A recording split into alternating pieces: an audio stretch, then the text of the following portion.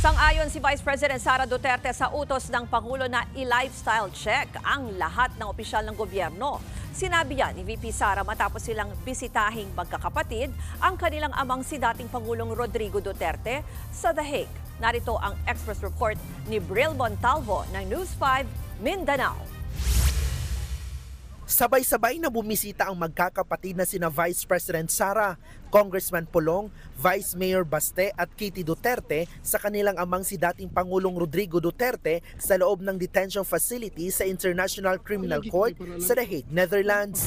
Masaya siya na nakakausap niya kami at medyo maingay kanina kasi apat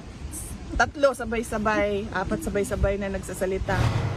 Tungkol naman sa kalusugan ng dating Pangulo, sobrang taas ng kanyang sugar ngayon at gusto nilang pabilisin yung pagpapababa ng sugar. Kinausap ako nung isang nurse, sabi niya na kapag meron daw, sabihin ko daw sa lahat ng mga bibisita na huwag daw siya bigyan ng snacks.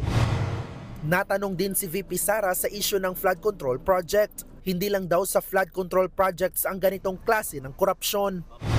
Noong 2024, last year, nagsabi na ako sa school building program pa lang ng Department of Education, pinaghati-hatian na ng members of the House of Representatives pero walang nag-react.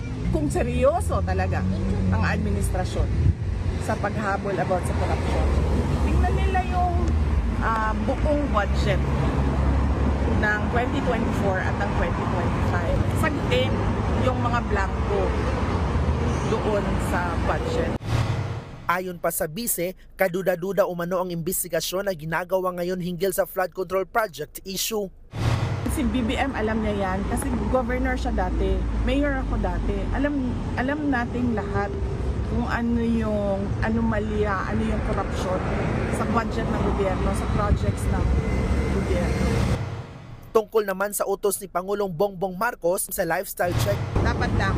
At hindi lang yung elected public officials pati yung mga appointed public officials. Dapat deep dive kung sino yung mga dummy.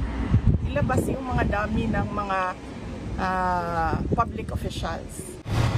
Nagbabalita mula sa Frontline, Bril Montalvo, News 5, Mindanao. Mga kapatid, Ruth Cabalco, para sa mabilis na pasada ng mga balitang dapat niyong malaman, mag-follow at mag-subscribe sa social media pages ng News 5.